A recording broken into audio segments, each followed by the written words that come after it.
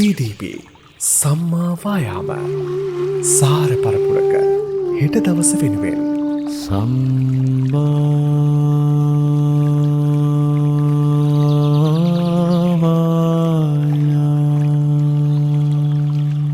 අපි වෙසක් සමරන්නට ප්‍රධාන කාරණා කීපයක් තියෙනවා. කල්ප ගානකින් තමයි ලෝකයට බුදුරජාණන් වහන්සේ නමක් පහළ වෙන්නේ.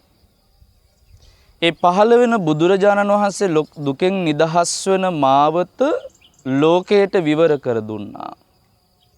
අසහාය ශාස්ත්‍රූන් වහන්සේ නමකගේ ලෝකේ පහළවීම, සම්මා සම්බුද්ධත්වයට පත්වීම, පිරිනිවන් පෑම. බුදුරජාණන් වහන්සේ සරණ යන සෑම ශ්‍රාවකයෙක්ම සිහි කළ යුතුයි. වෙසක් පොහොය කියන්නේ අපි අපේ ජීවිතයේහි ප්‍රතිපත්තියට සමවදින දවසක්. බුදුරජාණන් වහන්සේ ලෝකයෙන් අපේක්ෂා කළේ, ලෝකයේ අගය කළේ ආමිසයේ පසුපස්සේ යෑම නෙවෙයි.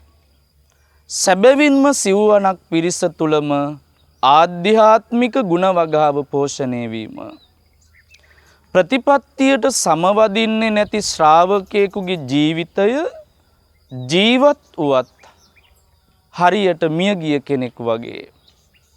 වෙසක් පොහොය, වෙසක් සැමරීම අපි අපේ ජීවිතේ ප්‍රතිපත්තියම දියුණු කර ගැනීමටයි උපකාර කරගන්නට අවශ්‍ය.